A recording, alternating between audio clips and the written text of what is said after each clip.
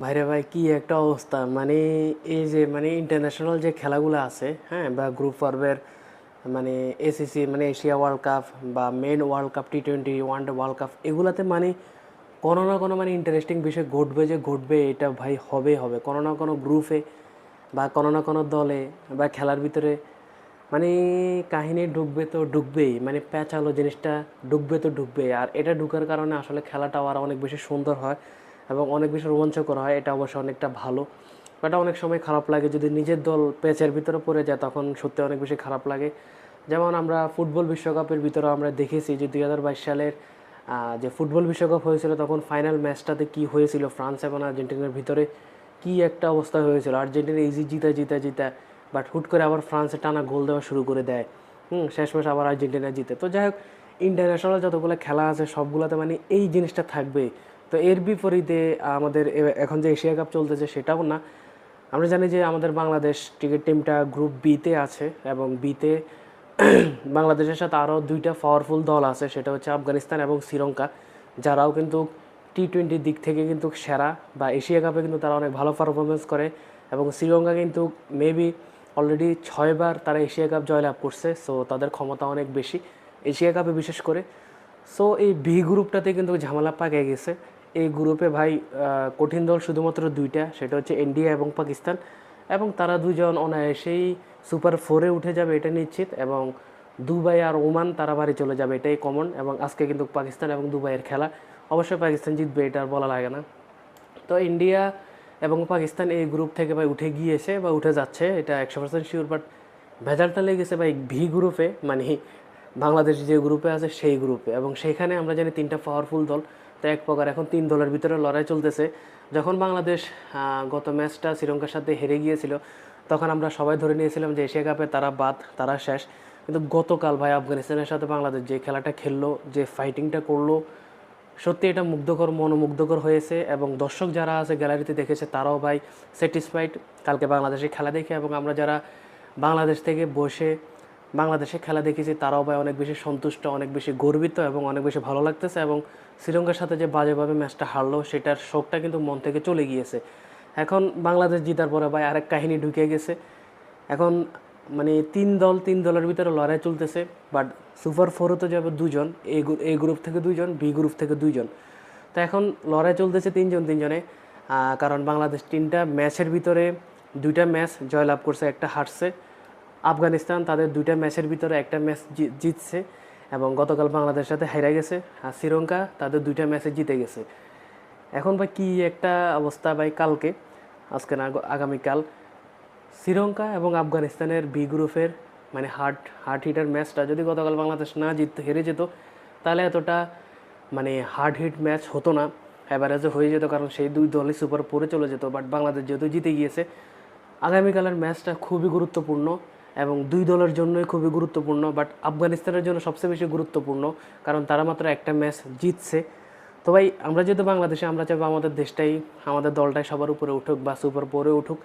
এই জন্য ভাই আমরা অবশ্যই চাইবো কালকে শ্রীলঙ্কা জিতুক, কারণ শ্রীলঙ্কা অলরেডি 2 ম্যাচ জিতে গিয়েছে।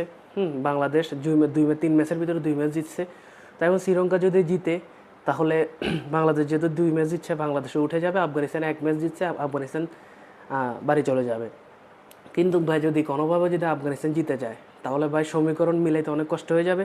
এক কথায় যদি আফগানিস্তান জিতে, এখন থেকে সবাই ধরে নেন যে বাংলাদেশ সুপার 4-এ যাইতে পারবে না। কারণ আফগানিস্তান যদি জিতে, তাদের ইকোনমির রেট, রান রেট খুবই ভালো। সো তারা অবশ্যই পয়েন্ট টেবিলে এগিয়ে থাকবে এবং শ্রীলঙ্কা এবং আফগানিস্তান কিন্তু ফাইনালে চলে যাবে। যদি শ্রীলঙ্কা জিতে, কনফার্ম আমরা বাংলাদেশ সুপার 4-এ চলে যাব। এক কথা ভাই, আমরা সবাই আগামীকালের ম্যাচটা সবাই শ্রীলঙ্কাকে সাপোর্ট করব। আমরা সবাই আসলে শ্রীলঙ্কাকে অপছন্দ করি, শ্রীলঙ্কাকে দেখতে পারি না, বা শ্রীলঙ্কা আমাদের সাথে ট্রোল করে। বাট এই 2 দিনের জন্য শ্রীলঙ্কা আমাদের ভাই, আমরা মনে প্রাণের চাইবো যেন শ্রীলঙ্কা জিতে, কারণ শ্রীলঙ্কা এখন জয়লাভ করলে আমাদের জন্যই ভালো, আমরা এই সুপার 4-এ উঠে যেতে পারবো। চিন্তা করেন ভাই, খেলার ভিতরে কি একটা সমীকরণ ভাই, কি একটা জিনিস, ইজিলি কোনো কিছু হওয়ার মতন না ভাই। এ গ্রুপের ব্যাপারটা ইজি চলে গেছে, বাট ভি গ্রুপে কি একটা প্যাচ লাগছে দেখেন ভাই। এখন ভাই যে কোনো প্রকারে হোক কালকে শ্রীলঙ্কাকে জিততে হবে ভাই। শ্রীলঙ্কা যদি না জিতে, যদি আফগানিস্তান জিতে যায়, তাহলে কিন্তু ভাই সমীকরণটা খুবই প্যাঁচালো হয়ে যাবে, খুবই প্যাঁচালো হয়ে যাবে।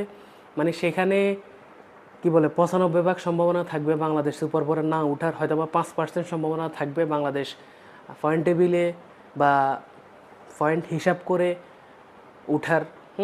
সেটা অনেক ঝামেলা। বাট শ্রীলঙ্কা যদি জিতে যায় ভাই ইজি কিন্তু আমরা উঠে যাব ভাই। তো আমরা এই 2 দিন আমরা কিন্তু ভাই শ্রীলঙ্কার ফ্যান। আমরা আফগানিস্তানকে অবশ্যই ভালোবাসি, বাট ভাই যেখানে আমাদের দেয়ালে ফিট থেকে গেছে আমরা উপরে ওঠার জন্য যাকে সাপোর্ট করার প্রয়োজন আমরা আমাদেরটা করতে হবে। আফগানিস্তানকে অবশ্যই ভালোবাসি, তারা অনেক ভালো প্লেয়ার। দেশ হিসেবেও আমরা আফগানিস্তান পাকিস্তানকে অনেক বেশি ভালোবাসি।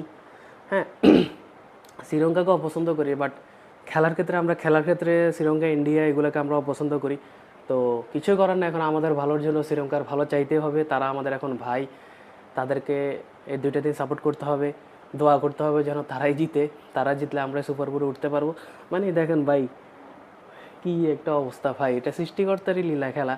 হ্যাঁ, খেলা তো যেহেতু ভাগ্যের উপর নির্ভর করে, খেলাটা যেহেতু আগে থেকে সাজানো থাকে না, সো সৃষ্টিকর্তা যার ভাগ্যে যেভাবে রাখছে সেভাবে হয়। তো আল্লাহ তাআলার সৃষ্টিকর্তার কি একটা কুদরত দেখেন ভাই, মানে খেলাটার ভিতরে এমন একটা প্যাঁচ ঢুকিয়ে দিয়েছে, কি বলবো বুঝতেছি না ভাই। যাদেরকে অপছন্দ করি তাদেরকেই পছন্দ করতে হচ্ছে, তাদেরকে সাপোর্ট দিতে হচ্ছে। আর যাদেরকে পছন্দ করি না তাদেরকে বলতেছি ভাই ঠিক আছে তোমরা এখন দূরে থাকো, তোমাদেরকে পরে পছন্দ করি। মানে আফগানিস্তানের কথা বলতেছি। তো যাই হোক, নিজের দলের জন্য সব কিছু করতে হবে।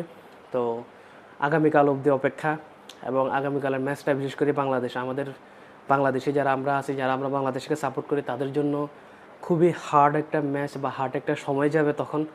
কারণ কোনোভাবে যদি শ্রীলঙ্কা হেরে যায়, আফগানিস্তান জিতে যায়, তাহলে কিন্তু আমাদের সর্বনাশ। আমাদের এবার এশিয়া কাপটা মিস হবে। যদি সুপার ফোরে উঠে যাইতে পারি তাহলে অবশ্যই আশা করি বাংলাদেশ টিম কামব্যাক করে ভালো খেলবে। আর সুপার ফোরে উঠলে, যেহেতু সুপার ফোরে ওঠার পর আর কয়েকটা খেলা, একটা দল বাকি 3টা দলের সাথে খেলবে 3টা ম্যাচ করে। তো সেখানেও আবার পয়েন্ট টেবিল ভাগ হবে। পয়েন্ট টেবিল ভাগ হয়ে যে 2 দল পয়েন্টের উপরে থাকবে সেই 2 দল ফাইনাল খেলবে। এটাই নিয়ম এশিয়া কাপের।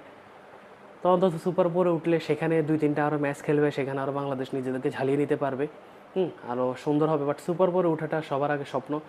সুপার ফোরে যদি না উঠতে পারে তাহলে আর লাভ নেই। তো যাই হোক, কালকের ম্যাচটার অপেক্ষায় আছি। আপনারা সবাই আছেন আমি জানি। দেখা যাক কালকে কি হয়। দোয়া করি যেন ভাই শ্রীলঙ্কা জিতে। শ্রীলঙ্কা আমাদের ভাই, শ্রীলঙ্কা আমাদের বন্ধু, শ্রীলঙ্কা আমাদের কলিজা। ভাই তোমরা কালকে যেভাবে হোক জিতো ভাই।